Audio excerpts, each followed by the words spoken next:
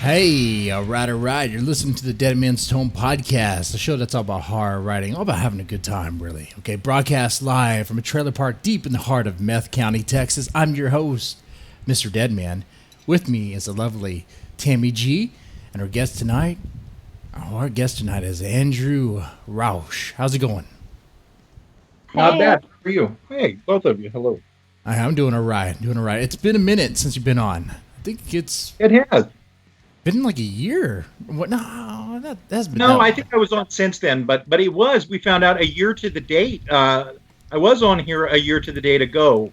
Yeah. I think this is my fifth time on here, dude. Yeah. You're kind of a regular. Now that I think about it. You're not tired of him yet? Oh, I didn't say that. Yeah. Oh, I'm surprised he's not tired of me, but he graciously keeps bringing me back. Hey. That's good. He always has good stories. He's good to talk to. All Right, there you go. Look, this is October Blitz, ladies and gentlemen. If you don't know what October Blitz is, every single day there's going to be an episode of Deadman's Tome, either with amazing guests like Andrew Rausch or interesting topics, which just so happens to be both in this. Not only are we talking to Andrew Rausch about who he is and what he does, but also going to be talking about the best Jocks of Horror. I mean, did I say that right? Did I say best cocks or best jocks? I'm not sure. We can go with jock. Okay. Jock. Yeah, that one. Gotta be. Is that a Freudian slip there, Jesse? It might be, man. I was pulling images for tonight's stream, and I see what the ladies like these guys. I do. I see why. Okay.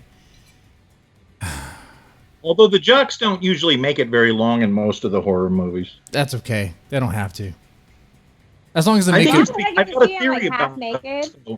Fine. I've got a theory about this, though, because I think it's because most of the horror films are written by the incels, like the guys that got picked on. So when they write the jock characters, they're like, fuck that guy, and he dies. And the people, that's why in those movies, the people that actually have sex, why they die. Like Jason has to chop them up because I feel like these characters are written by dudes that didn't get laid in high school. I mean, that's a theory, and I'm sticking with it. I don't know if it's true, but that's my theory. I'm sure you're not far off. Sounds about right to me. Right. Yeah. That explains a lot. Explains so much. Unless there are any horror writers on here, then everybody but you is an incel, but not you. Yeah. All right. I mean, hell, if this movies were written by jocks, the jock would win the day. But like, right? A zombie invasion comes in, the football star athlete kicks their ass. We're done. That's it. I realize this is going to be incredibly stereotypical, but could you imagine what the dialogue would be like if it was only written by jocks? They'd be like, Hey, bro. Hey, bro. See the zombie over there? Yeah, let's kick its ass. All right. Hey, she got her ass. Hey. Yeah, it might be too basic. Yeah. Right? They'd all talk like John Travolta on Welcome Back, Kotter, like, hey. I don't know what he says, but all I can hear is just like, hey. It'd be good for an action film if that's what you want. Right. But if you want a horror film, you got to put the fear in there. You got to throw the jock out of there as soon as possible, right? Right. All right. Well, I got an announcement I have to make.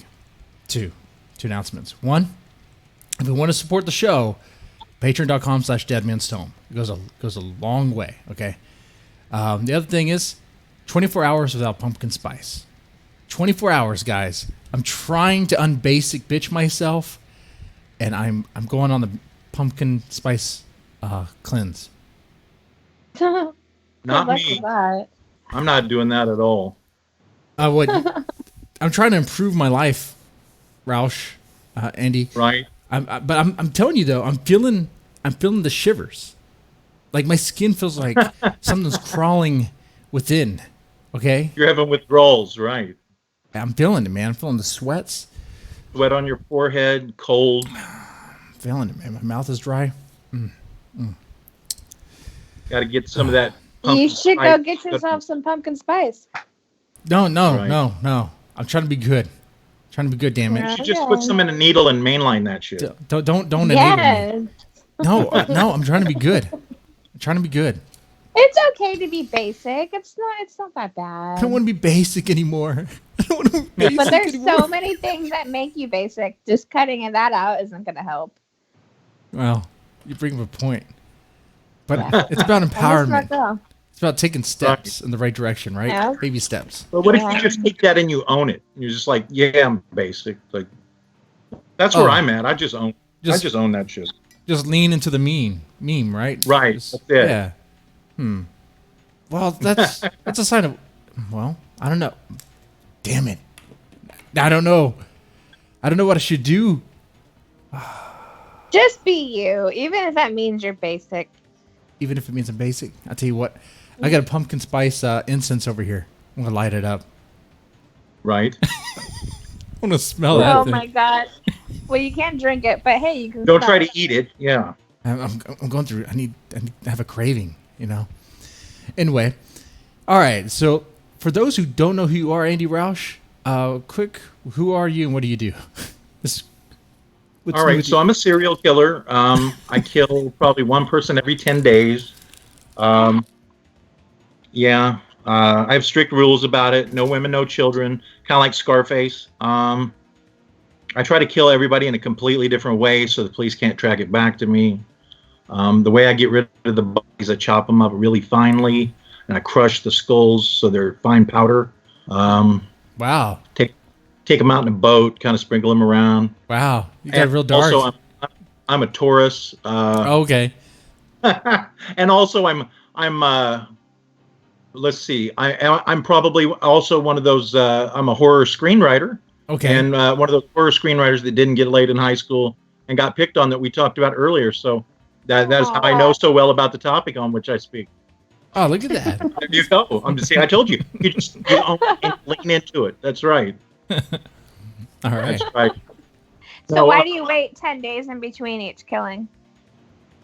It's a lot of. It takes a lot of time to get rid of the bodies, and it's kind of such a pain in the ass that it just takes, especially since the transplant.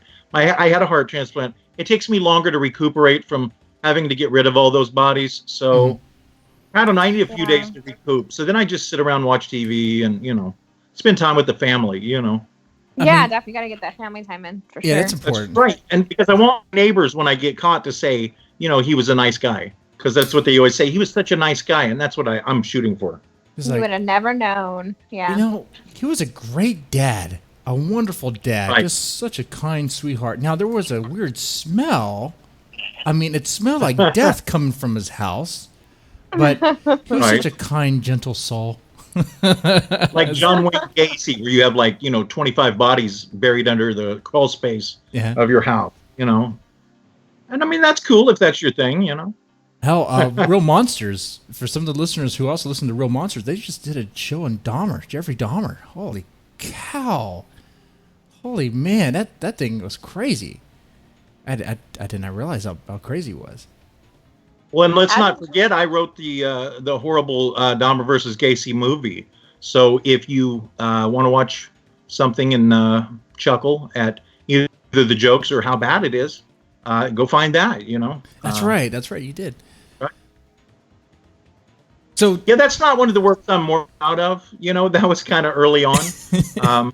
Hey, we have those early works. Again, you just own it and you lean into it. Yeah, that's right. So you have several stories in Deadman's Tome and Deadman's Tome anthologies, but your new one, Gilliman Tries Online Dating. Let's talk about that real fast. All right. Well, I had done a novel a couple years ago, and it had a bunch of monsters in it fighting Nazis.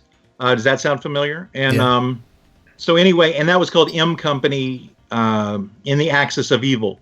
And one of the monsters, it had Dracula and Frankenstein and Mummy and all that. But we made up some monsters, myself and my co-writer, David Hayes. And one of them we made up was a guy called the Gila Man. And he was a man who had a normal body, but he had a lizard head. And so I had this idea for this short story. I made him a completely different guy, but same type of monster. And I was just thinking, you were doing crazy things for this Monster Party anthology.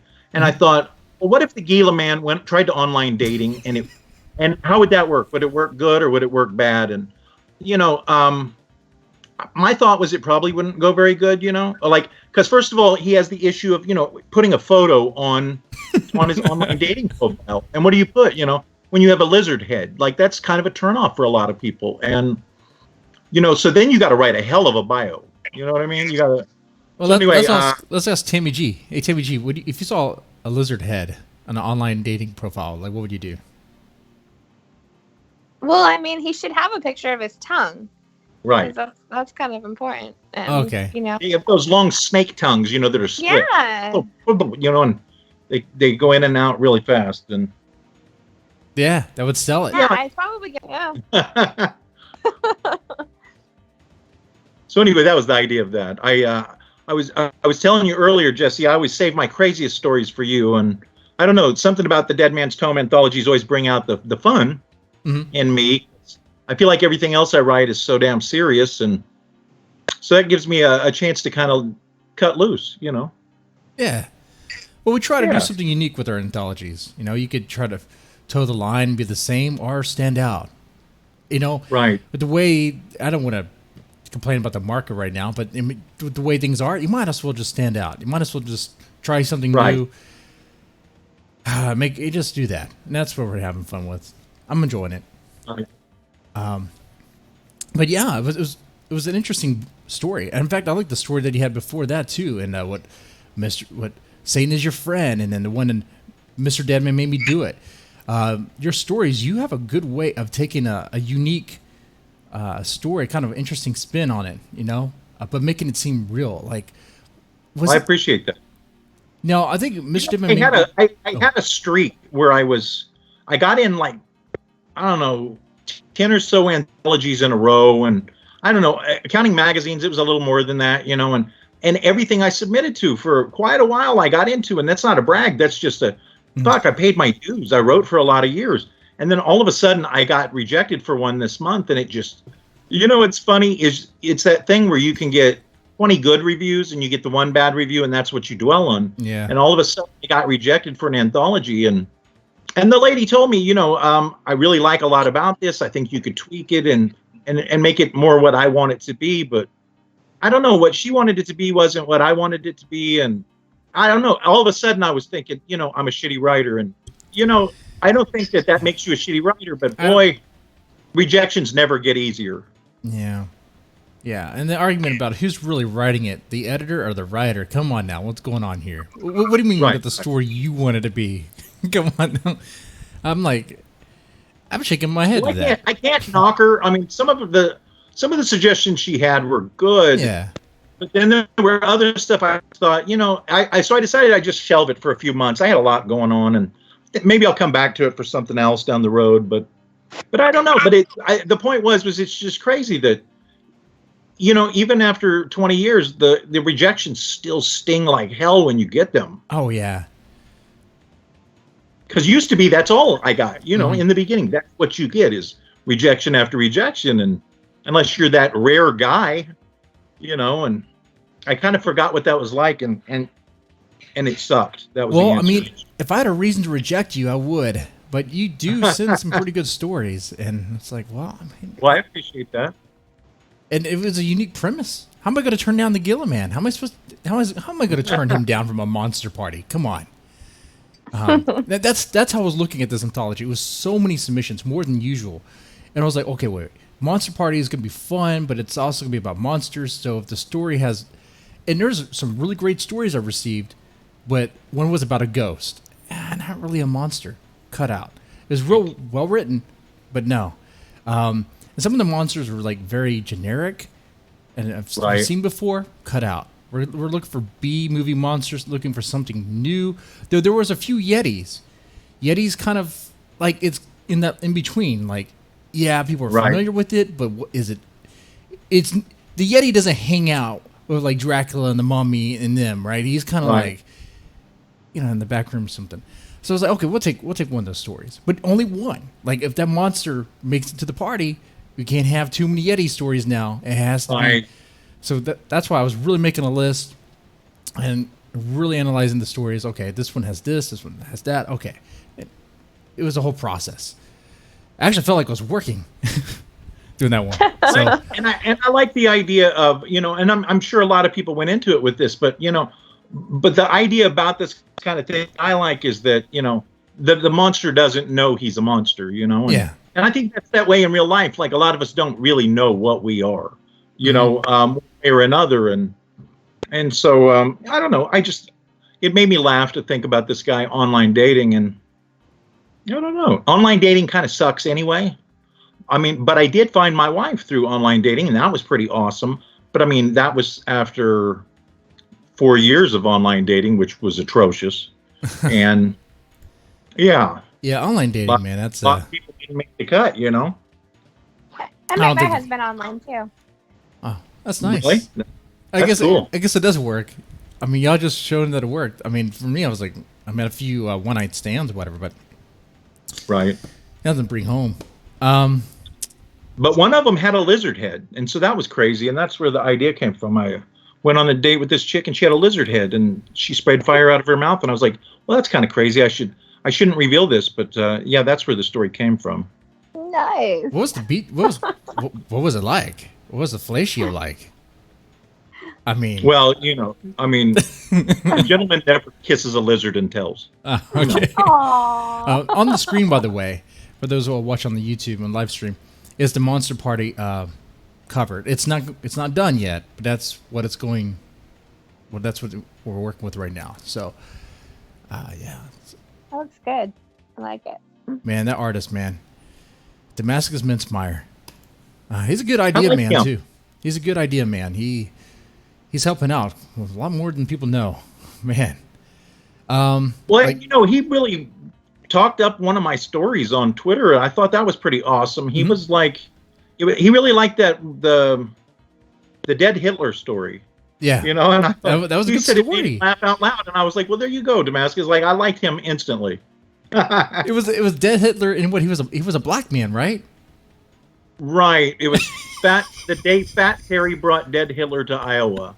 And I think that was the craziest of all the stories that I've written for you, but I almost wasn't sure if you were going to take it because it was just so fucking nuts. I mean, it was so absurd but crazy. It was like, okay, these two dumbasses are they get sold as like black zombie or cadaver or whatever.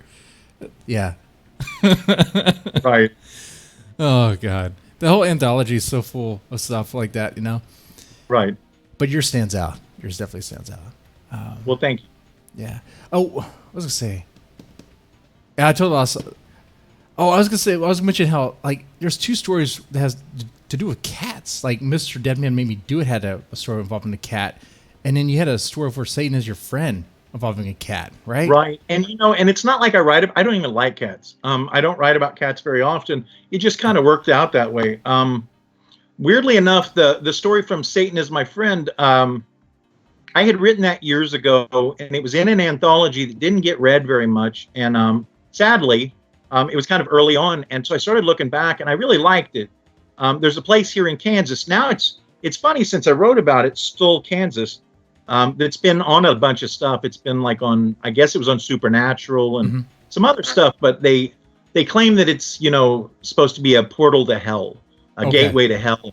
So I just made up this mythology, where these people had to sacrifice cats, and it had a whole other thing.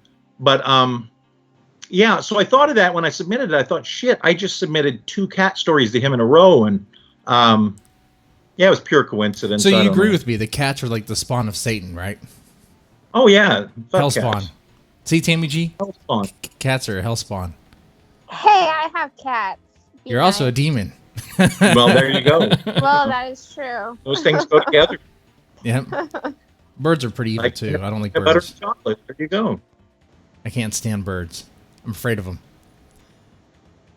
You're afraid of birds? Ever since I watched the movie The Birds. I was going to say, you watched the movie Birds.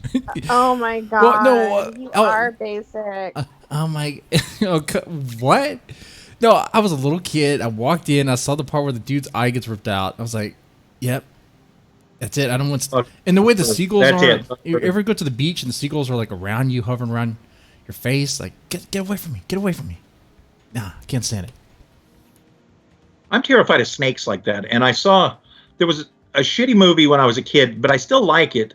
And it was just called, I think, and it was about a guy that was turned a guy into a snake man. And it was ridiculous, but it used to be on Creature Feature, which was on here like every It was on every Sunday, but that Feature, movie would come on yeah. every few months, and it would scare the shit out of me. And then there was a movie that I have no idea what it was. I saw two. It was one of those. I was scared of horror movies when I was a little kid, and my dad would be watching them, and I'd see like 2 minutes of them. And there was one where there were these snakes in this house, and like they could jump, and I was like, "Fuck that!" And I've hated snakes ever since. So I found one in the front yard this last week. That was pretty awesome. I stomped on him, and he showed back up. So. Oh, you gotta kill him. You got to kill it. You just cut off the head with whatever you can I didn't have anything with me to chop off his head, you know. And yeah. I had my briefcase with me. I was going to work or my computer bag, and so I just tried to scrape his head into the concrete, but he slithered off. Now the snake enthusiasts are going to be on here, and they're going to be mad. No, they'll be fine. They'll be fine. Guys, I love you, but if you love snakes, you got to say fuck you. You know, I can't care what you. So you have a paranormal experience, right? I had something. I don't know. It's funny because I'm really a skeptic. Well, tell us about that. Because Tammy G knows a lot about the paranormal, right? All right. Yeah. So I'm a skeptic. My ex-wife was a skeptic. But we started having things happening in this house. We had a rental house, and it was a 2-story house. And there were a lot of really weird things that we couldn't explain. And we came to the belief, at least at the time, that it was supernatural. And I'll tell you a little bit about it. But it's funny because now, you know, we'll talk every now and then and we'll say, we both want to deny it now, and we try to talk ourselves out of it. But the shit was weird, and there was no real way to explain it. Okay, for instance, like when I used to smoke, it was obviously before I got sick. Like smoke weed? Well, I won't say, you know, a little of this, a little of that, but you know, I would be outside, kind of, sort of, and I'd be smoking a cigarette. And I remember one night, everybody was gone. My ex-wife had taken my kids; they went to a movie to see some girl. I don't know. And I was sitting out on the porch. I always smoked outside, and I was the only smoker in the house, and I don't want to smoke around my kids. And upstairs there was a light on, and so I could see the reflection down on the ground as I was smoking on the porch. Okay. And so when I finished my cigarette, I thought, I'm going to go turn that light off. And I don't know why I gave a shit, but I went up and I turned the light off. I flipped it off, and it came back down. And I was standing there smoking, and I look, and that fucking light's on again. And I've had people say, well, it could have been, you know, an electrical wire. But an electrical wire doesn't literally flip the fucking switch. No. So, and no one else was home. So I go back up there, and that fucking switch is flipped. Okay, so that's cool. So that was one of them. We used to hear a voice, like somebody crying upstairs when no one was home. Oh, crying babies. Well, it wasn't a baby. It was like a girl. But my oldest daughter was really skeptical, even after everybody else had heard it. And so when we were moving is when it went really ape shit, like because of disturbance or whatever in the house. And so my skeptical daughter was at the house for like, I don't know, 10 minutes by herself. And we came back, and she was out on the porch, and she was crying. And she said, I don't ever want to be in this house again. Like, she had heard it. It scared the shit out of her. So there was that. There were a lot of things. And literally on that same day, we were in the process of moving, and we left. And we left to give up moving shit from one house to the other. And it was about 5 o'clock. It was still daylight that time of year. Well, I guess it's usually daylight at 5. And anyway, we went across town. There were no lights on because it was still daylight. Well, anyway, we came back, or we drove by. We were driving by, and literally every light in the fucking house was on. No one else had a key. And the thing is, not only was every house in the light on, but there were lights that we had never turned on in the house. Oh. And it was a lot of weird shit like that. And I mean, I'm sure people can come up with excuses and shit. Look, I'm going to be frank with you. I'm an atheist. Like, I don't believe in gods or devils or any of that. Yeah. And so I've had people say, well, you know, if you don't believe in souls, if you don't believe in that stuff, how can there be ghosts? I don't know. I don't know what it was, but I know it was something that was not stuff that we know about scientifically. And my thought is, it doesn't have to be a soul. I don't know what it was, but I do think it was something we can't explain. And it scared the living shit out of me. And I don't think about it very often, but that was almost a decade ago. It's pretty freaky. That is pretty crazy. Paranormal to me. Right. Well, and you know, the last day we were cleaning up, and I was upstairs in that room. I feel bad because the room that the kids were in was where we would tend to.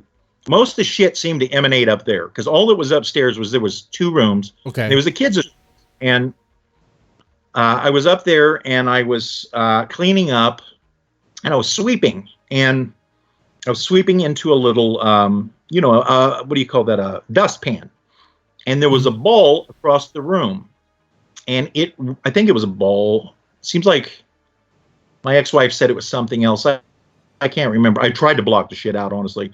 But it rolled across the room straight into the damn dustpan. But the thing was, the floors weren't crooked, they weren't uneven. It had just been sitting still, and it came right into the dustpan, and it stopped. And that was when I was like, I'm done fucking dusting. I'm done doing anything in this house. If we don't get the deposit back, I don't give a shit. I'm leaving. Wow. Yeah. Where's the house at? I want to go to it. It's in Kansas.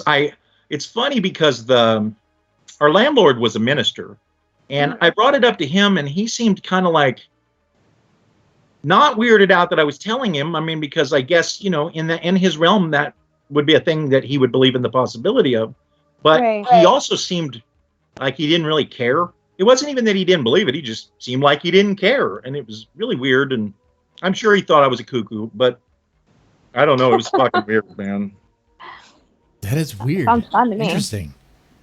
Right. So it also sounds like the ghost was going through stages of like grief, I guess. Like it didn't want y'all to leave at first, I guess throwing a fit, but then was putting. Well, and my little girl, she's 9 now, and so I guess it wasn't quite a decade ago, because she was maybe 2 then, and she would always talk into the closet, and she would say, "I'm talking to the little girl in the closet," and he would just stand there and talk. And then the day we were leaving and everything was kind of seemed nutty, really bad, she was standing by the closet and she told my ex-wife, "The little girl in the closet says, 'Bad mommy, bad mommy.'" Oh, no, you tell that little girl it's timeout time. She's like, "We're not coming back." So no, that little girl needs to go to timeout. That's what that little girl needs to do. Oh, that's crazy. Sit in the timeout chair, little girl. Right. Bring out the shoe. Bring out the flip-flop over here. Oh, come on. Like the old Eddie Murphy thing where the mom throws the shoe. Shapow! You don't want to be talking back to me.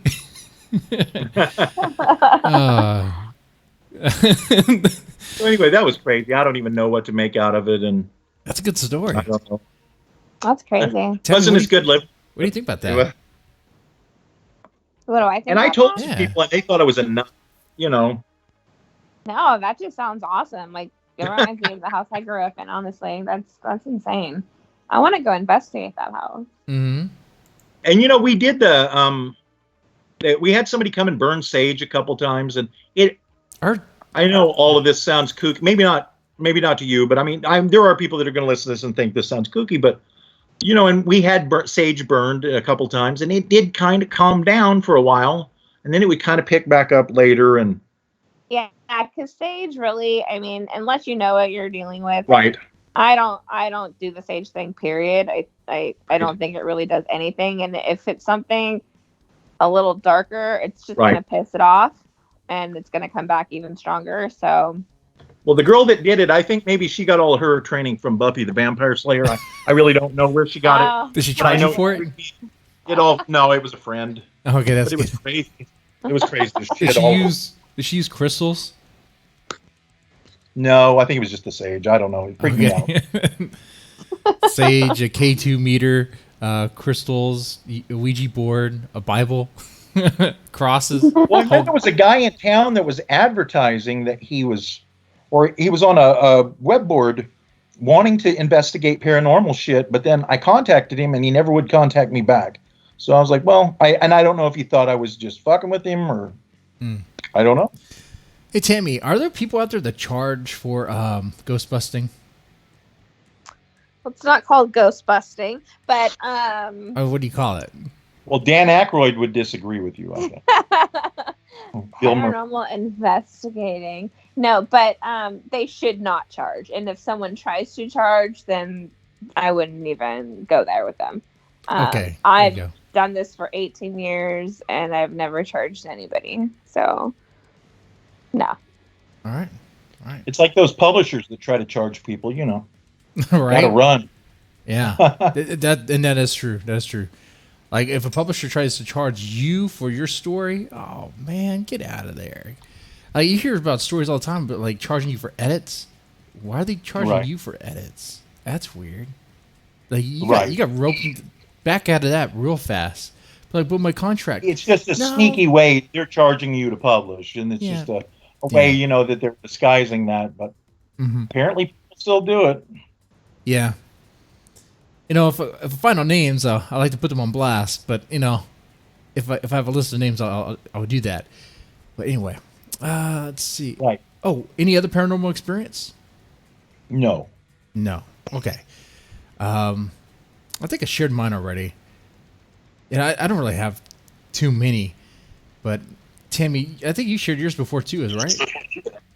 Well, I mean, I've shared a couple, but I have many. I don't know, like there are weird things, right? When you're a kid, like the house I used to live at, I grew up at, there was this weird presence on the second floor, like the landing area. I don't know if it was just because I was scared of just going up there. I don't know what it was. It was in my head that going up there, something was up there, but I wasn't 100% sure. I never really was. I know is that it's really dark up there. I don't know if I want to go up there. But even during the day, when I would be up there, it's like it's the one spot in the house that's kind of colder than the rest. I know it sounds cliche. It might also have to do with the fact that there's like I think 2 air vents going into that room. That might help. Yeah, that might play into it a little bit. Yeah. Right. It's kind of creaky, but then again, it's an old house. It's an old wooden house. The floors would creak, the walls would creak. But this was the same place. Like I said, when I was involved with this one chick, I was really into Wicca and all that stuff. She claimed that she saw something there, right? I think I shared the story where we were in the middle of intimate moment, if you will, in my room, and the next thing you know, she's like, "Stop it!" I'm like, "What?" She's like, "There's something right there looking at us." I'm like, "Well, what?" And my doorway's open because my parents were out of town and all that, and there's nothing there. I'm just like, "There's nothing there. What are you talking about?" She's like, no, there's something there. She was like legitly freaking out, like balling up as if she was seeing something. Right.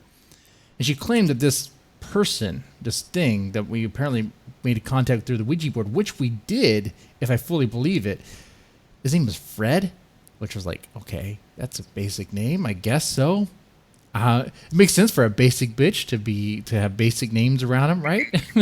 Yes. So I'm like, okay, Fred. Okay. And Fred lives upstairs for what reason? Okay, I don't understand, but okay. So I don't fully understand, and of course talk about this as if I don't really fully believe, because I don't know what to really believe about it, because I never really saw it. I never saw it. But you felt it. Well, it felt weird. Like the moment felt very weird. I don't know how to explain it. But have you felt like that in any other homes, or was it only there? It was only there. Okay, so that's got to do something, right? Yeah, that maybe. I will say, the house, it did have a weird presence at times when you're the only person there. It wasn't threatening or anything. It was just heavy. Yeah, but I don't know if it's just because the house is big. It was one of those homes where it's big, but every room had like multiple ways out. Like I don't know how to explain it. It's just big and open. So is that the only big house you've ever lived in? Yeah. So could just be because of that. I don't know. I don't know. I'm not 100% sure. Don't know, Tammy. Don't know. And now Can't completely dismiss it. you can't. But now we'll never know because the house was torn down and they put a storage unit, one of the storage unit places in its place. Motherfuckers. Tore down my childhood home. You know, God damn. Wow. I know. Pissed off about that. Maybe there's haunted storage units now. Yeah, maybe we can go there and like try to investigate the storage unit. We'll see that on Storage Wars. You know, they'll be in there and they'll be buying one of those, and all of a sudden shit will be flying around. That'd be crazy. Is Fred here? I'm looking for Fred. Right. Exactly. Like, I got a deal today, and then Fred's like, "No, you didn't." All right. Do you have a new story you want to share, Tammy G? Before we move into the best best Jocks of Horror. A news story? Yeah, I don't know. You should. About I don't know if you saw the videos I posted not too long ago about like the because I have a couple cameras in my house because we have stuff happening all the time, and so I try to catch it on camera. And my niece was over. We were ready to go to bed, and then I got a little notification that there was movement in one of the rooms. So I checked the notification, and the light was going on and off by itself. And you can like literally hear the switch clicking. So it's always that a was good time. Huh? That's always a good time. Right. And nobody was up. Everyone was in bed. So I don't know. And she always wants to watch the cameras now because she loves that stuff like me. And so we see a lot of like orbs and stuff like that in the house. And today something flew off the shelf in the guest bedroom. And one of the just fell off the shelf or flew off the shelf? What are you talking about? Like flew probably a couple feet off. And you got this on video? Fall. No. We were all just talking in here, and it was like a little wallet, and it flew off. And we have this little, I know you saw my dining room, how it's decorated. Oh, yeah. I don't know if you noticed the ghost that's kind of coming down. So we have her like wired up. She turned on by itself, and she was turned off. That's the thing. Yeah. My kids' toys. Oh, at the house I used to live at, right? Childhood home. I was living there for a little bit. My kids were there. Actually, my son was there at the time. And he had some toys in his room, on his playroom area. And there was one that was going off on its own, like periodically. Like it just would not stop. So then I had to take the batteries out, and it still went on. I'm just joking. No, it stopped. Okay, wait, you took the batteries out and it's still went on, or are you just kidding? I'm kidding about that part. But no, but seriously though, it wouldn't stop. I thought maybe it was a dead battery, or that wouldn't make any sense. Like dying battery, that still doesn't really make a whole lot of sense why it would just be malfunctioning like that. But it was weird. It was just so weird. Actually, a battery could do that. They can? Yeah, because I have a thing called a REM pod, which we use for investigating, and when the batteries get low, it goes a little wonky. Yeah. So that could happen, yeah. Okay. All right. So look at that. And that's good they bring that up, because some skeptics may be like, oh, man, you guys believe everything. You got to dismiss it. It's just, you just never know. Not 100% sometimes. Anyway, so hey, Jesse, when we go to change subjects, can I hawk my books real quick? Yeah. Because that's the main reason I do these, is just to, let people know the shit is out there. Yeah. I do have fun fucking around with you, but I just want to, I'll make it like 2 minutes. Is that okay? Sure. Yeah, you can show your book. We at that point, or do we have more ghost stories? Oh, no. We're about to go into best Jocks of Horror. Would be if I had a book about ghost stories. Now, that'd be a hell of a segue. Best Jocks of Horror. Okay, go and show your book real fast. Let's talk your book. Okay. I've got a couple of books out. Next week, I've got a book. It's not even listed on Amazon yet, but I'm told it's going to come out in like a week. It was supposed to be out in July. It's a book called My Best Friend's Birthday, The Making of a Quentin Tarantino Film. I interviewed Quentin and a lot of other people involved with it. It was Quentin's first film. It was aborted. It was a film he was working on before Reservoir Dogs. Kind of tells his early story. So we'll be on the lookout for that, people that are interested in that. I have a new novel out right now called Layla's Score. It's about a hitman, a black guy that is a hitman who goes on a job and he kills this man that he's supposed to kill, doesn't know shit about him. But when he pulls back the shower curtain, the man and his wife are within it. So he shoots them both. Well, when he's leaving the house, he hears a child cry, and he finds this little girl, and he ends up raising her.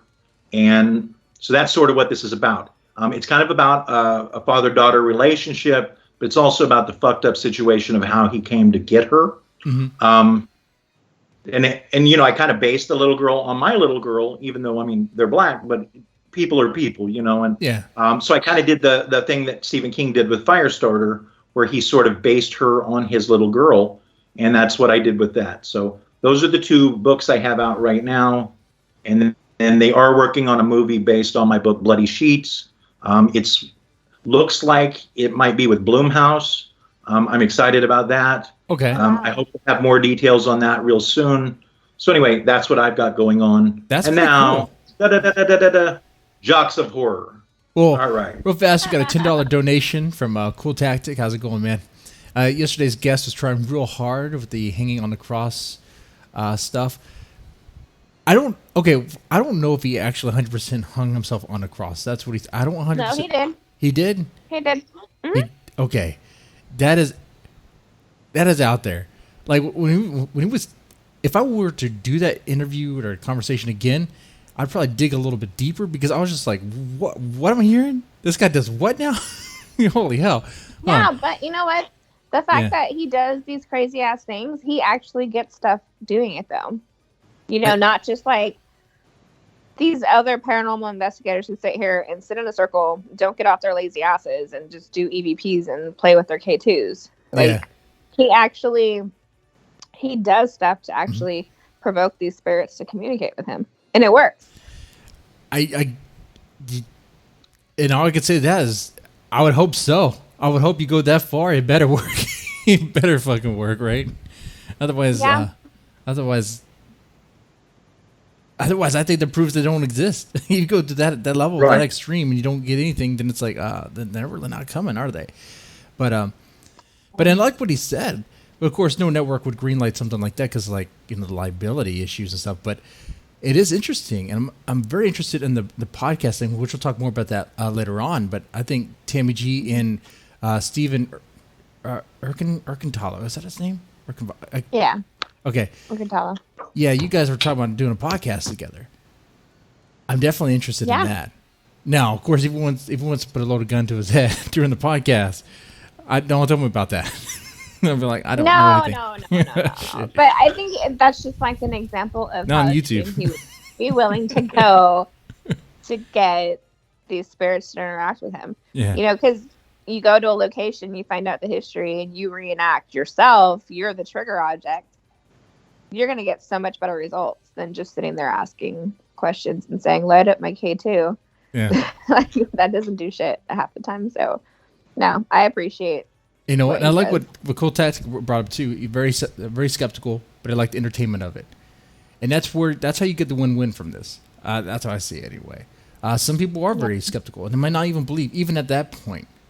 But they do like a show, and you're going that far. They'll watch it. Anyway. Yeah, well, we might have some exciting announcements one day. Hopefully soon.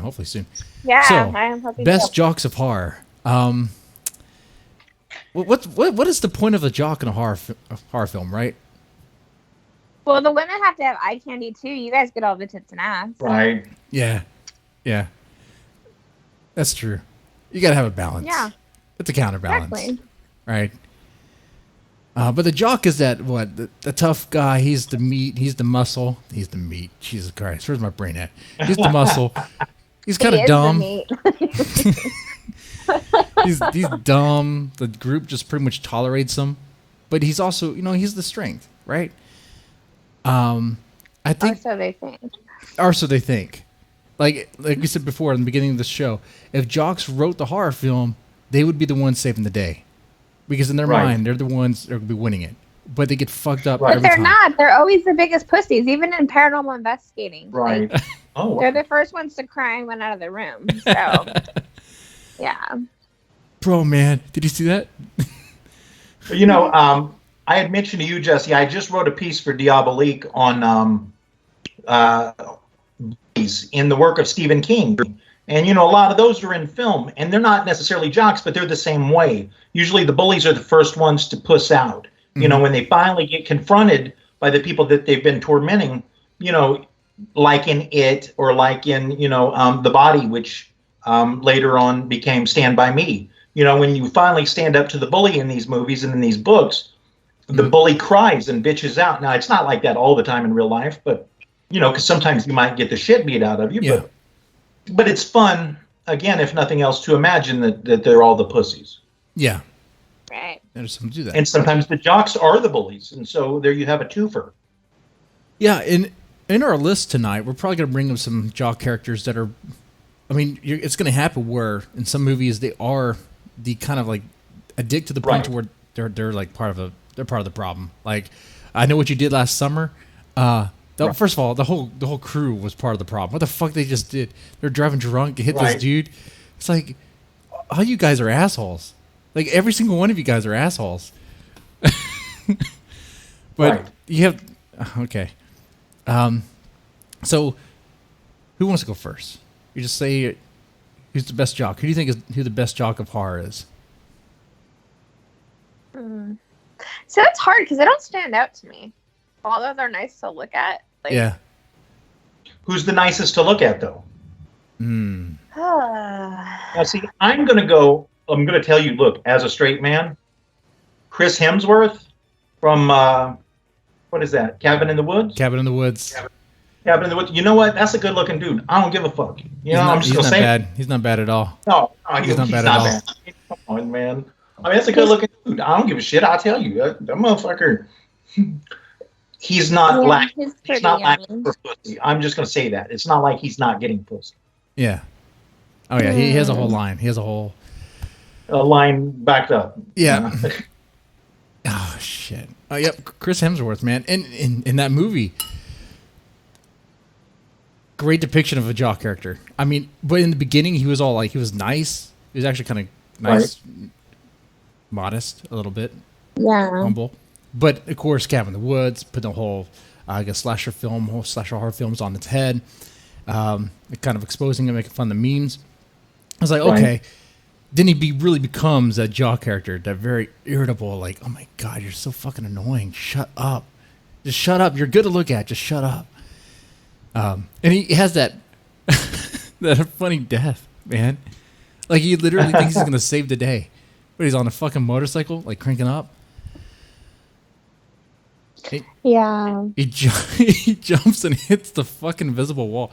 Let me pull up his death scene. I'm going to pull up his death scene and play it. I don't want to get put down for copyright, but I'm going to find it real fast. But yeah, this is a good one. I don't know. I don't know who's going to top this guy, though. There's some jocks in Carrie that, even the female characters, some of them are jocks, I don't know. Travis Van Winkle from Friday the 13th. Right. Oh, yeah, he was pretty delicious. And he was totally douchey. He screws his girlfriend's best friend. But he was yummy. Oh, yeah. There you go. He's yummy? Yeah, he was yummy. I think he's better than Hemsworth, so I probably have to start him. It seems like, if I'm remembering right, it seems like Kevin Williamson's movies, a lot of them had jocks in them. As far as, I can't remember. Did Scream have a jock character? Well, Steve's boyfriend, but he got killed. Right. Mm-hmm. So they didn't really. It seems like I think it's because a lot of his stuff deals with high school. The faculty had jock characters. Oh yeah, man, the whole team was fucking. I know what you did last summer had jock characters, as we mentioned. But I guess that's it. Is most of his stuff had to deal with teenagers, and in the high school milieu, you're going to have jocks, and you're going to have bullies, and you're going to have the dweeb, and you're going to, I guess, and the pretty girl, all the prototypes that we need for a solid horror story. Mm-hmm. I liked. Does it? I know that The Craft wasn't really horror, but Skeet Ulrich in that movie. Right. Oh man, I'm just watching the Chris Hemsworth death scene again. It's hilarious. He hits that ramp. And then, boom. All right, that has probably be the funniest jock death scene right there. I don't know. I don't know, man. But you mentioned Travis, right? Let me throw his image up here. Yeah. Oh, and that's the same chick from that movie too. Mm-hmm. Let's see. I got his image here. I got a bunch of these images stored. No. Show me some Travis. I'll show you some Travis. There you go. There's some Travis. Yeah. It's still Hemsworth. Where's Travis? It takes a while. Slow. Oh, there we go. That's not a good picture of him, though. He's hotter than that picture. Okay. I don't know, Bo. I don't know. You should have got one of the sex scene. I should have. Yeah. You know what? I didn't get that of him, but I got that of what's the dude's name? Ryan Phillippe? He's saying Philip. Ryan Phillippe. Philippi. Yeah. Oh, see, now that's a good picture of him. Oh my Jesus. I know what you did last summer. Like, this guy was a total douche, but he I don't know, man. He looks like he'd get away with a crime. Like this dude. He's pretty hot too. Yeah, I do him for sure. Fuck. But I can't remember Nightmare on Elm Street. There's got to be like some jock type characters in that. There are. Yeah, definitely. I haven't seen that in forever, but I love that movie. Mm-hmm. Man, in the Final Destination, It seems like when you start the older people movies, there's less jocks. You know. Yeah. Yeah. Unless you focus on the the high school or the co-ed type horror movies, that's where you get the jocks. Yeah, that's right. Sure. I mean, every horror movie is going to have that tough character that's going to kind of fill that role, but it's not really the same. But for this, we'll stick to jock. Like they have to be like a jock in high school. So, I don't know. Ryan's too skinny. Brian's too skinny for you? He's too skinny. Yeah. Mm-mm. All right. So far, we have Chris Hemsworth, Travis Winkle, Ryan. But he says too skinny. What about Kerr Smith from Final Destination played Carter? Oh yeah. Yeah. I don't. He's not hot though. He's not hot. Like. But some jocks aren't hot, No. Yeah, he wasn't very cute. I don't know. They could have done better. They could have done better. Yeah. He was a very good douchey jock, but he's not cute at all. Yeah, I guess you'll be the judge of that one. I mean, he's definitely no Chris Hemsworth. I mean, he's definitely not that. No, he's too feminine to me. He looks feminine. I can see that. His nose too. Yeah. It's too pointy. Yeah, and no. Mm-mm. Yeah. That's a no. That's a no. So, and how are we judging these jock characters, by the way? Are we doing it just by looks? Yeah, I don't think we've established a criteria. No, we haven't. We're not being very objective here, guys. Okay, we got to have a criteria. Are we doing looks? Are we doing how long they last? This sounds like we're judging. Well, this sounds like sex. This sounds like sex. How long do they last? Well, I don't know. I mean, how quickly they die? I think Travis busted pretty quick. You're 1 minute man. We don't know. Okay, so what's the criteria, Tammy? Help us out here. I mean, if I'm gonna judge by look, I mean, it would be by looks. I would think, right?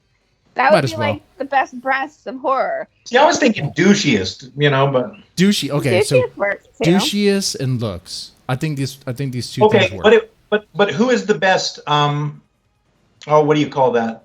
A combination of both of those. Yeah, it has to be a little bit of both because. Right.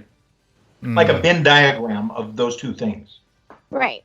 Exactly. And the guy you're showing right now, he's just douche. Like, he's not attractive. Yeah, but I think Ryan would be douchier because he actually helped kill a guy. Ryan Phillippe might be the one, except he's skinny there, but the other guy screwed his girlfriend's friend. That's what I'm saying. He's definitely douchey. Oh, I mean, wait. What? Screwing your girlfriend's friend is worse than getting drunk and killing someone? I mean, do you remember? Well, it depends on if you're asking the girlfriend. Because she's going to be like, worse. But it's not like he purposely killed the guy. Yeah, he wasn't the one driving the car. No. But who was driving the car in that scene? But they left him there. That wasn't too good. The girlfriend was driving, wasn't she's the No, fucking no, no, douche. no. That's right. Freddie Prinze Jr. was driving. Women drive. I don't even have his picture up here. Oh, that motherfucker, he's the douchiest. He was driving the fucking car. But he got distracted. He wasn't drunk. He got distracted by the drunk. He got distracted Ryan? by the drunk. Who's Yes. Ryan? So Ryan. Yeah. Okay. So does that make true. Ryan the douchiest? I don't want him to win because he's not that cute.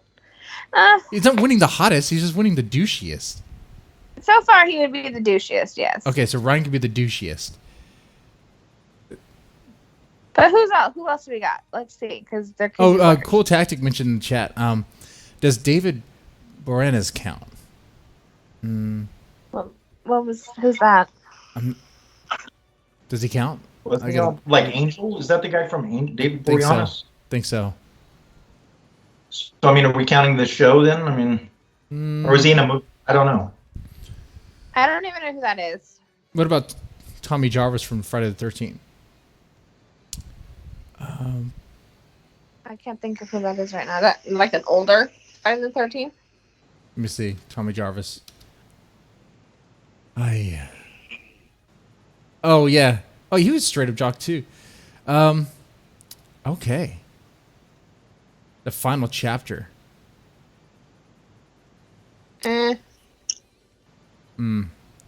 He's definitely not in the looks category. No. I don't think he would win in looks. I don't think he would win in douchiest, though I'm not too familiar. I had to rewatch that one. What about the I guy? would too. I don't remember What about him. the guy from Carrie though? Like there was a jockey guy that was kind of manipulated by the girl to do the shitty stuff in Tommy Carrie. Ross. Tommy Ross. William Right. Catt. William Catt. He Ross played that was character. a jock type, kind of a leader of a kind of a little gang kind of group. Now, Well, he'd be up there in doucheism, but he's not very attractive. Well, he might have been attractive by 1974 or whatever the hell that was. Standards, yeah, that's true. With his You know shitty what? hair and he has look at that hair. yeah, He has the hair's like Dave Mustaine hair right there. He has some fucking massive. He wins in the hair category alone, like that right there. If you're a chick that's into dudes that have like a perm, not a perm, right. but What about best male perms in a horror movie? See, so- a whole other category. Oh, that's great. oh, Well, John Travolta was kind of a jock guy, right? But he was not but he wasn't really a dick. He was the nice guy. yeah. And where did that get him? That shows you where that gets you. Trying to He think. ended up getting banged in the head with the fucking bucket, didn't he? Yeah, Yeah. he did. And he died, so fuck that guy. No, but if it's gonna be Carrie, I think this guy stands out. Oh But- yeah, definitely. Um, The hair alone. You know, there's someone that I've discovered he has a pretty big fan following, but I didn't really think his character or the actors that, maybe I'm wrong here, from 13 Ghosts, Craig Algenik. He has a following. Like, do chicks really like him? You know what I'm talking about, Tammy? Yeah, and I really like that movie too. But He played the baseball guy. Once. I can't remember anything about it. It was a weird movie. it was a weird movie. But he doesn't stand. You know, he doesn't. Oh my, who is that? That's him. Yeah. Okay, he wins in looks. He Holy went. There's shit. him in makeup and out of makeup. I mean, the Yeah, character's out of cool. makeup. He is Yeah. like a grease lighting, like 1950s sort of dude, We need to get him on the show. right? And he has Although a now baseball he's- bat, and every time he hits someone with the baseball, or hits the baseball bat, every time he makes contact with something, it sparks. It just explodes. Like, what the fuck? What's going his on? name again? The actor's name is Craig. Craig what? Algenik. I don't know how to pronounce that. Algenik. Okay, so Jeepers Creepers 2, wasn't that the one that like took place on a school bus? Mm-hmm. So there's jocks in the fucking school bus. Yeah. But I don't remember anybody in that fucking movie because it was. I don't either. And I don't think too many people know I about. really liked Jeepers Creepers when it came out, but the only thing I remember about it is just the end and the fucking song. Mhm. Jeepers Creepers. Let me ask cool tactic Like, that was the if whole he. part of the movie that anybody remembers. Let me ask cool tactic if he remembers Jeepers Creepers 2. Right. Justin Long was in it. Oh, yeah. So. Oh. Yeah. I liked it. I didn't see any of the other ones. I only saw the first one. Yeah, but I don't think there's any characters that really would stand out to be like jock characters. Not for this list anyway. Let's see. We did Chris Hemsworth. Who else? John Stockwell from Christine, but he's not going to win the looks, and I don't think he's really going to win in douche. I think it's going to really be hard to top Ryan.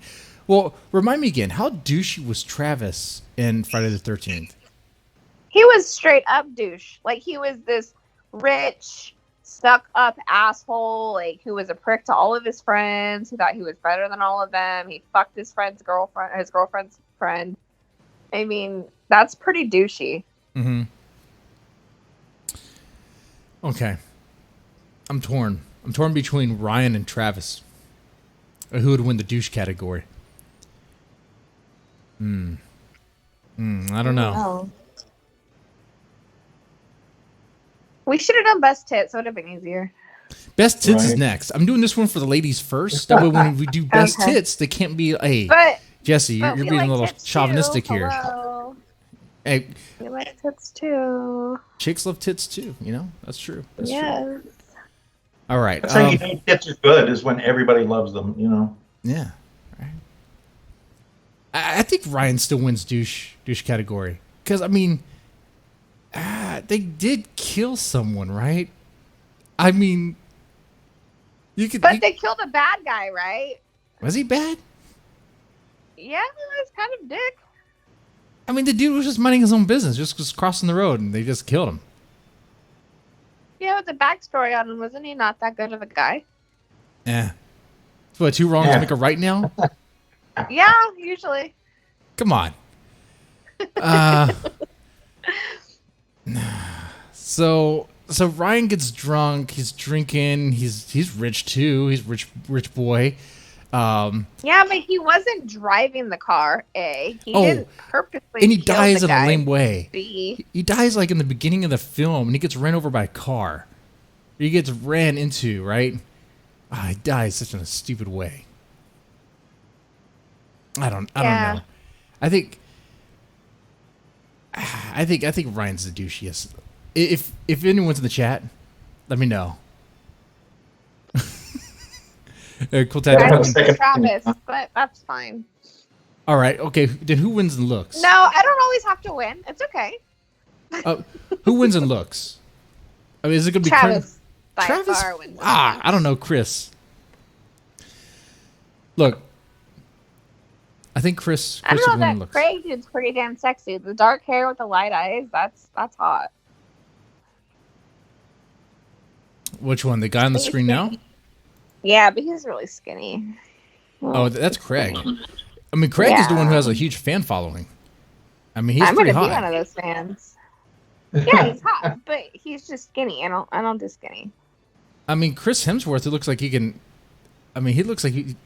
Well, actually, he's got the best bull. No, Travis was pretty built in that movie too, though. Yeah. Now, Tammy? Which one do you think is? I don't like Chris's arms. You don't like his arms?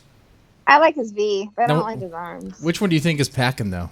Yeah, I guess ask this for Tammy. Not that I'm well, curious. he's wearing those sweatpants in that picture, and I don't see much of a bulge. So that's one thing I'm noticing. Not that I've noticed, but that's one thing I'm noticing. There's no bulge.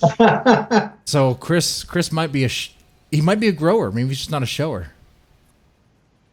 You know? But if he's a shower, then that's just all good. Mm-hmm. Well, yeah. Okay. I don't know. It's hard because he's good looking too. It's so hard. See, here's a serious picture of Chris. He's all mad and serious. Let me see a serious picture. Oh, see, he's pretty fucking delicious right there, though. Mm-hmm. All sweaty and bloody. Yeah, that's kind of nice. He better be a grower there, right? He better have be, a or tongue. that's going to be very disappointing. Mm-hmm. Yeah, I guess he wins in looks. Because he's tall, too, right? I think so. Yeah, I've never really he's met him in real life. tall. I couldn't tell you. Couldn't tell you. Shut up, smartass. Okay, here's one I forgot about. Now I don't know if he's a jock, but Paul Walker in Joyride. Oh, see, Oh. Paul is my man. He is just delicious. Paul's in gonna all win. sorts of ways. Paul Walker, Joyride. But I don't Okay, think he was really a bull. I mean, was he a No, he was a good guy in the movie, wasn't he? He was a good Right, but- jocks can be good guys. Chris Hemsworth was a good guy. He just died in a stupid way.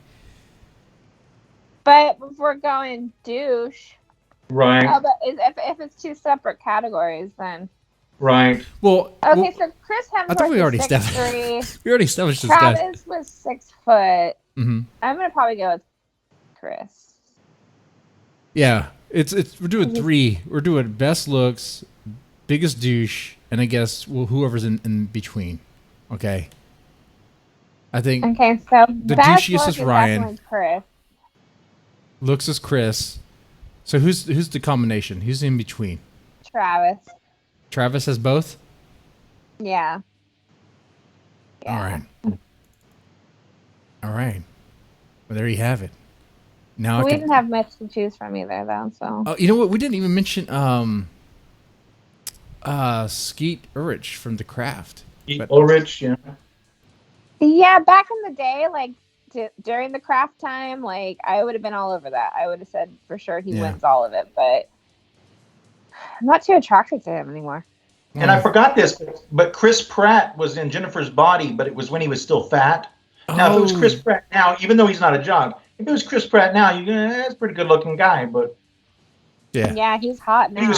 But he was fat Chris Pratt though in Jennifer's Body. So yeah, I he forgot lost he was weight. in it, and I'm just fucking around looking at movies. Yeah, he he's lost weight and muscular got and fit real tough fast. now. Yeah.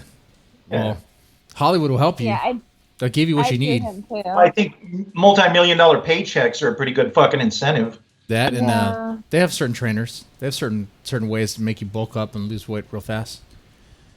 I mean, Hugh Jackman, I think, talked about it before. They juice. They do things. They supplement.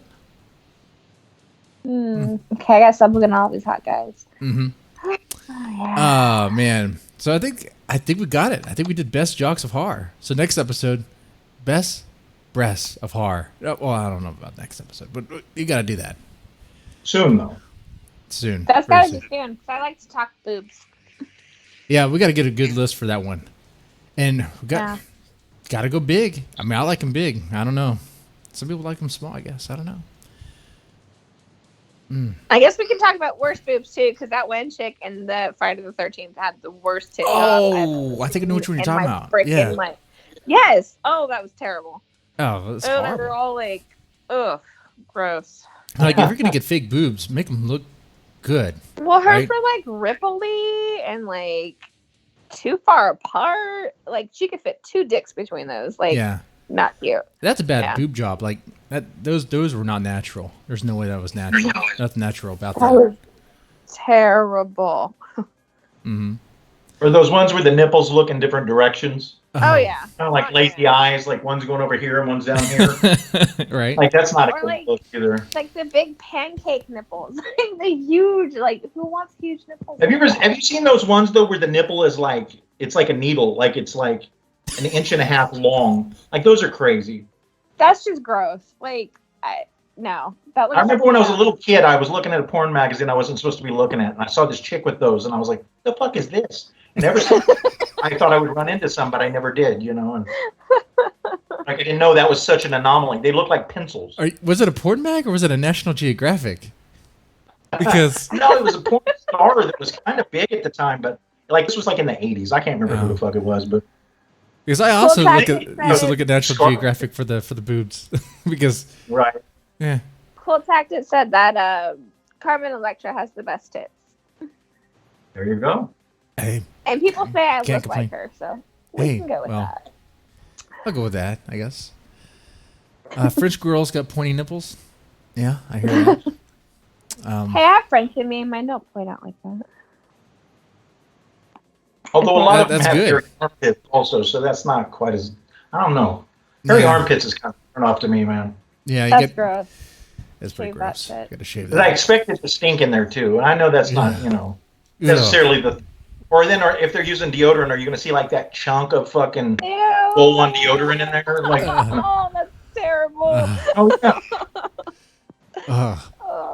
Well, that part really did it. I'm on a gag. My lady boner's gone. Right? Man. Yeah. Ooh.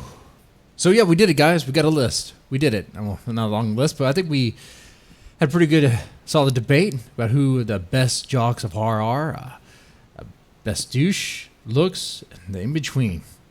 But anyone watching or catching later, if you disagree, let us know in the comment section down below. Because there's a bunch of them. There's a bunch of jocks in horror. So yeah. So Andy, you watch any new horror films? Not really. I haven't seen much lately. I did see Brightburn though. That's kind of fucking cool. I don't know if you've watched that, but it's the one that's it's a James Gunn movie. It's sort of the Superman mythology, but like only if Superman was fucking evil and murdering people as a child.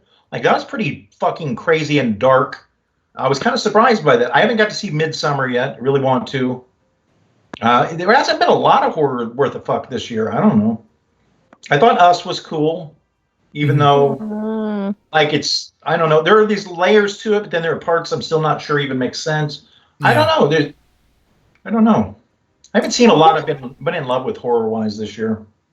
I was interested in the new movie is kind of sad. So, yeah, I haven't seen Brightburn. I still want to. I mean, I'm kind of burned out in comic book movies, like superhero movies. So something that's going to have a this different was kind take. of completely different because it was That's like, good. He never really became, that, but he realized he had some powers and he just basically just used them to murder people. And it was kind of crazy. Yeah, I'm kind of burned out on superhero movies too. And I grew up with all this shit and I thought, man, it's going to be great when they have these movies all the time. But now it's like literally they're all the fucking time. And yeah. The CGI is better a bit, but it's just like, man, you guys are doing the same shit. Like, the formula. And then you think, well, I wonder if the CGI will be better in the one that comes out in 3 weeks.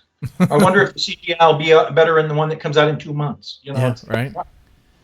So then you're watching a video game at that point. Coming out 6 months after the fucking, like, it's crazy. Mm-hmm. And anymore, I don't know about for you. In a lifetime, they'd see 3 different fucking versions of Spider-Man. Right. That's like, when. That's when they need to start rebooting that. They need to stop with that franchise, Spider-Man. I might be the only one who says that, but they just need to stop with that. Just stop with Spider-Man. We get it. I think they just need to stop remaking things, rebooting things. And now we're seeing, what was it? That Battlestar. I mean, I wasn't a Battlestar Galactica fan, but I think it was interesting. They were talking about the reboot they're doing of Battlestar Galactica is actually a reboot of the reboot of Battlestar Galactica. Like, that's where we're at now, is we're actually rebooting reboots. Like, goddamn. And, there's all these books and all these really interesting things out there that are untapped, but Hollywood isn't creative enough to go after them. And which is why I feel like my movie will never end up getting made, even though it's optioned. I hope it does, just because it's something different. But, I mean, really, when you go to the Cineplex and you look at the posters for the shit that's coming out, I played a game one time to see how many of them were either sequels, reboots, remakes, and like it was all of them, or fucking superhero movies. It was like fucking every movie there. Mm-hmm. I don't know. It would be nice to see some originality, but we've been saying that. What's interesting too, when you go to the cinemas where they have like the posters of what's out now, right? It's all these comic book movies and all these remakes, reboots, and bullshit. But then you see all these framed posters, all these great actors and actresses from like films that are like iconic from like the golden age of cinema.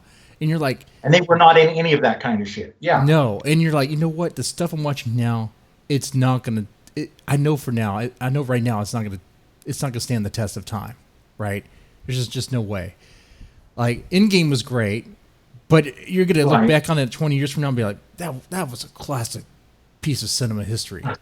I don't know, man. Well, my thing is, are we going to see, like, later on, are we going to look back and say, you know, like that was the Humphrey Bogart of the time, or that was the William Holden of the time in Avengers? Like, maybe, I don't know. I mean, there's some great actors that do these, but I mean, I don't know. Do we look on their filmographies in that same way? See, mostly what I write about is film, and I have a real problem with.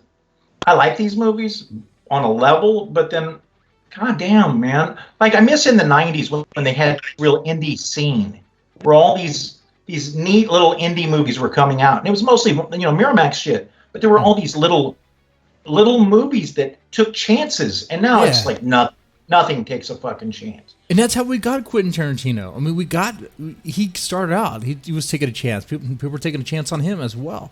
But where are we going to get another person like him? Because Hollywood's not taking chances. They're just playing it safe. Really do that. They're playing it safe. And if you can break through, and be that one, I mean, I do think Jordan Peele, even though I have some questions about some of the stuff in his movies, he's doing something different. And he's getting it out there, and he's trying, and he's doing stuff that's different. But there's so few people that are able to do that right now, and it's Craig Zoller. I think it's Craig Zoller's work. They're given acts or putting people in the director role or producer role that haven't been before. Maybe they were an actor on a TV series like The Office. Right. What was the dude's name? He did The Quiet Place. Right. The Quiet Place. They framed that as some sort of indie project. That's not an indie project. Like, what are you talking about? Right? That's not indie. Well, and what's interesting to me is like between him and like Jordan Peele, like and there was somebody else. Oh, and Danny McBride who wrote Halloween. All of a sudden, you've got all of these actors that are known for comedy that are making decent fucking horror movies. Where the fuck is that coming from? And it's going to get more interesting. Crazy. They're going to do another Saw, right? And see, I'm sick of that shit. Oh, they're doing another one. Why are they doing another one? They're doing another one, and guess who's directing it? Who? You're not going to fucking believe this. Chris Rock. Oh, fuck. Shut the fuck up. No, I'm telling you, it's true. Unless something changed. Did you see he's in that Eddie Murphy movie coming up, My Name is Dolomite? I just did an interview with the screenwriters, the same guys that did Ed Wood and, The People versus Larry Flint. That looks good. It's made for Netflix, but it comes out theatrically Friday. But Chris Rock is in that. And but I don't know about him directing a Saw movie. If that's real, I still don't see it. I don't know who produce. It says Chris Rock will produce and star in a Saw reboot. I don't know. I don't want to see see just any leave that more shit Saw. alone. Just like all the freaking Fast and Furious movies, like stop. Stop. When I used to review for the local paper, I remember I would see the same employees when I would go to the screenings. They'd have to build the movies when it was all still film, and then we would watch the movies together the night before they came out. And it was when a Saw movie came out every Halloween, and I think it was like Saw 5 or 6. And somebody said, you should headline your article, "My 6 worst Halloweens of my lifetime." And I mean, that's kind of unfair because the first Saw was interesting. The acting is really shitty, but it was really an interesting movie, the twist. But then after that, they just kept making them. And they had so many flashbacks, I couldn't even tell what the fuck was happening. Oh man, it's so convoluted. Like the story it was did so not make convoluted. any sense. It's like no, and it's like for a guy like I want to know how every cop in the world was on the take. Like, how is this a secret that literally everyone was involved in it? Like, Jesus Christ! I don't think those people know how conspiracies really work. I don't think they know how the sort of. How was this a secret that was being kept when literally everyone was in on it? Right? If you keep something covert, it's gonna be covert. Like the people who know are gonna be watched, and if they say anything, they're gonna be whacked. Something's gonna happen to them. They might be in a locked facility, imprisoned in a cell, be on suicide watch, and then somehow hang themselves. Right. Well, I said that about the acting being bad in Saw. Here's my example too, by the way. So you look at Cary Elwes in that, and you look at his shitty wooden performance, And then you look at The Princess Bride right next to it, and you think, how the fuck can this be the same guy? And it always comes down to your director. Who's your fucking director? That's how you get shitty performances out of somebody that's always given you, unless it's John Travolta or Nicolas Cage, and all of a sudden they've turned into a shit mess. But I'd like to, speaking of those two guys that have gone so far downhill, I'd love to see a Face Off 2, just to see them both chew through the scenery so awfully. Like, that would be, I mean, they already kind of did in the first one, but God, that would be awesomely awful. I would like. It's got to go straight to video just to really do it justice. I would watch that. I would watch a Face Off 2. I would too. I'd get my ass off.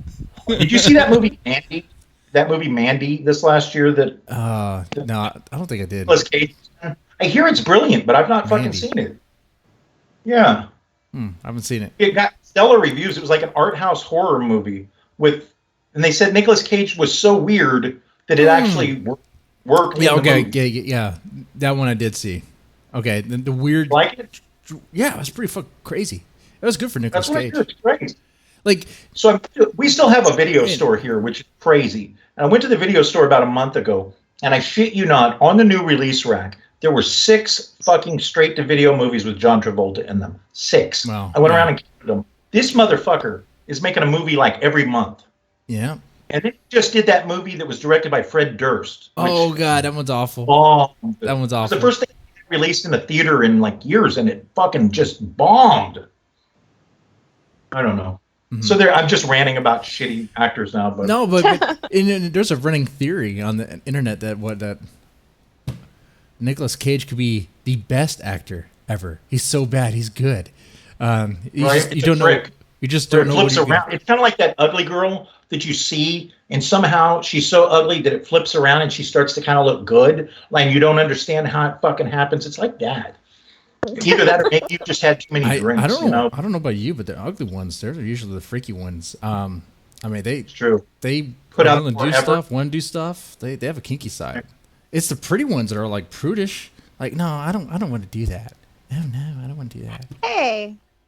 Right, it's true. They just lay there. So here's something. Wow! I'm going to share this with everybody in case if you've missed it, because this is fantastic. Have you guys seen the video? And all of your listeners, like, you have to look this up if you don't know about this. The videos of Nicolas Cage drunk doing karaoke, singing "Purple Rain" after his wife left him. Have you seen this? Because his wife left him this last year. They were literally married for like a week, and they got it annulled. And he was going around to karaoke bars just drunk out of his mind at all of them, singing "Purple Rain." So there's like 5 versions of him screaming, and crying "Purple Rain." It's fucking brilliant. I can pull it up now. It's a TMZ. They're fantastic. I can't stand him. I don't. But this will just make you feel even more that way. And the fact that I love Prince, like, this is just like Prince was like spinning in his grave as this was happening, and yet it's probably the best performance Nicolas Cage has done in years. I think the only movie I liked of his was Face Off. Man, he was really popular in the 90s. He was in movies left and right. They wouldn't stop. You know, he was nominated or won an Oscar for that Leaving Las Vegas. And it's hard to believe now when you look at his performance that he was ever that good. Well, I mean, there's things that he did even Face Off when he was supposed to be good. Then, like, I don't remember Nicolas Cage making that face. Why is he making that face? Right. Oh, you think that weird, like, where he's like, I smell something, or like I'm trying to make a rat face. Like, he's all squinted up, doing those weird eyes. Like, what the fuck, dude? So did you pull up that video? Like, I did. I'm on the fence whether or not I should play the audio. I'll play the audio for here we go.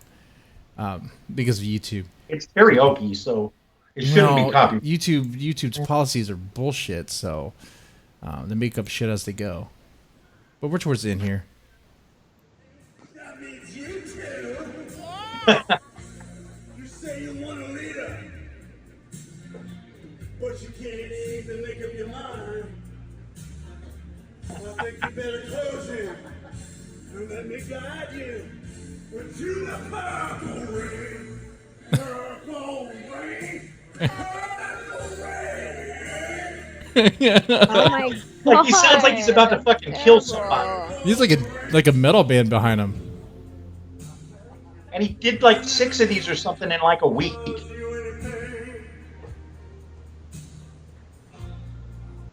Oh, Could you imagine if you were in the club, like, all this? man. So I hope he still has the money that he made from the 90s, because I don't know if he's really swimming in money anymore.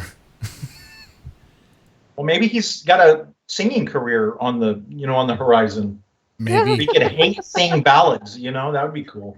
I don't know about that. I don't know. Some of the shit I hear on the radio right now doesn't sound too much better. No, I don't like anything that's new anymore. Just imagine if he had some auto-tune. I mean, Jesus, he could make a fortune. That's what he needs. That's what all the pop stars use now, auto-tune. That's all it is now, auto-tuned. He needs some auto-tune, a guy mumble rapping, like Dude, that mumble rap shit is horrible too. It's not even fucking rap, dude. You're just mumbling. I grew up on hip hop, and dude, this is not it. I'm just saying, this is not it. But no, I know I sound like an old man, like, back in my day. But back in my day, rap actually rapped. Mm-hmm. Right? You know what I mean? Like, whatever. I know what you mean. It's because all the great ones are supposedly dead, so right. Or dead, or too afraid to do anything else, or too busy getting stoned all the time. Well, like Tupac, he's not dead. Come on. Oh. Dead. Well, he's my neighbor. It's crazy. Well, actually, I'm gonna try to channel a ghost live this Sunday. And It's gonna be Tupac. I don't know. Like, is it possible? Could I summon the ghost of Tupac? Try to get Biggie. Tupac's not dead, dude. I'm telling you. He was in recovery, Biggie? and then all of a sudden he was dead. He was about to get tried for murdering a police officer. They faked his death. So maybe the holograms going around really aren't holograms. Maybe they're really Tupac. They are. Mind blown. Like, look at all the music that came out after he died. Come on. And then he had songs rapping about Eminem. Come on. So where is he at though? Is he still alive? Where's he at? Yeah, he's probably on some fucking island or something. I don't know, but he's not dead. Not Epstein's Island, right? That wouldn't be good. My thing is, he was too loud and obnoxious. I mean, I liked Tupac a lot, but he was too loud and obnoxious and vocal and present to actually be hidden. Like, I don't think he could stay hidden. And the songs where it looks like he's talking about Eminem were remixed by Eminem. Like, he doesn't literally say Eminem. No, they were. Like, that album was produced by Eminem, and it's remixes of old vocals. And if you listen to the references in them, all the references are old. You kind of have a point, I'm not trying to shit on Andy. their, but I mean, I know Tupac music. He would have some baby mama drama. There would be some baby mama drama. Someone trying to get him involved in some court case. Hit him up for child support or something. I don't know. I just don't think he could. I don't think he was a lot like. Look, I'm not going to get political, but he was a lot like certain people in our political sphere right now. Certain person that couldn't be quiet if he had to. I'm just saying. Yeah, because he loved. He'd be saying some stuff. Man, he would be saying stuff. I don't know. If he's laying low, and he'd be starting beef, and it wouldn't be Twitter wars. He'd be starting beef with all kinds of people. Man, okay. So if the theory is. If the theory is he's alive and laying low, he must be in some sort of cave or something, just chilling. He's got like a long beard, and he's living in a cave. Right? Because where the fuck would he be? Where would he be, Tammy? I want to believe, but I don't know. I don't know where he's at.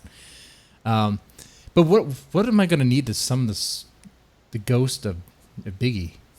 I mean, Tupac. A pizza. They didn't like each other, right? No. I don't know. Some McDonald's. That's what I'm saying. A pizza, McDonald's. Yeah. So get a Big Mac. I love Biggie, but Biggie was Biggie. He was a big dude. Dude, that's what I'm gonna do. This Sunday, I'm gonna have a Big Mac as an offering on the Ouija board. I'm gonna do that. For real. Would that work? Tammy? You're the paranormal expert. But I don't sit here trying to like summon up shit. I don't need to. It's already there. Well, I'm trying to because they don't like But me. we They're want never here. Specific spirits, then. Yeah. And as far as Biggie, like, is there a certain incantation you have to do to get like a lazy-eyed spirit to come back? Like, I don't. I mean, I love Biggie, but he did have a lazy eye, and he was a big motherfucker. And he shows up. I'm not gonna know if he's looking at me. I'm over here, Biggie. You can't tell which way because one eye's over here, one eye's over there. Oh man, this is gonna give me trouble. But I ask you, Tammy, because I don't know. I'm telling you, I make this joke all the time, but I'm telling you, Yeah, but I don't think I am like the anti-medium. Ghosts Ghosts don't like me. Ghosts don't like me. If they do exist, I never get them. Like that weird encounter, the weird thing talked about in my childhood home. Like I never actually saw. I felt something right. I don't know what it is I felt, but I'm telling you, like they don't like me. So when we do that live summoning, whatever happens, They don't like basic bitches. But nobody likes you, Jesse. then Come on. that's why I'm gonna try to cut off this pumpkin spice. Okay, I did bad today. I had a pumpkin spice incense, whatever. I'm gonna try to cut back on this pumpkin spice stuff because I don't want to be basic anymore. You gotta change it. If you want a real paranormal experience, you should let me do the work. I'm just saying. Well, you do the work then. I will. I'll do the work. I just lay back. You do all the work, you know. The host is tired of doing everything. Turn on your camera. Oh. Wow. Oh wait. Well, that's sorry. I was about to. That might raise the dead. That might. I'll end it there. I'll stop on that note. Yeah, I think that's probably a good idea. All right. Ladies and gentlemen, if you made it this far, please press the like button, share it, and subscribe. We're doing a show every single day. And I know for those that go to the channel for the drama stuff, I know about the Vic Mignogna stuff, I know about the drama stuff. I want to talk about it, but doing shows all about horror and stuff like that this month. Yeah. I hope you have a good time. You know, come here, relax, take it easy, have some laughs, talk about some weird stuff. That's what we're doing this month. And donate some money. Come on, man. Oh yeah, Donate some money. Yeah. Like if you're about to die and you're on your deathbed, leave your money to Deadman's Tome. If you're dying, That will continue a lot of shows, Dude, depending on how much money you got. if If you only got $15, donate. Die and leave the $15. But if you got millions, exactly, dude. If you're got dying on your millions, deathbed, just bring out the credit cards, buy every single Deadman's Tome thing you can, right? Because you're gonna die, right? What the credit card company was gonna refund you all the can't money? take it with you. Come on. Yeah. Donate them to the public library so they can enjoy the Deadman's Tome publications. I'm afraid, though, if somebody left you millions of dollars, all of a sudden your anthologies would have like Stephen King and Peter Straub. There'd be no room for Gila Man stories anymore. No, I would reject them. I'd reject Stephen King. Fuck you, Stephen King. You're out. You need a rejection. Sorry, bud. No one ever Unless you got a rejects Gila you. Head story, we're kicking you out. Yeah. All right, well, ladies and gentlemen, press the like button, share, subscribe. You guys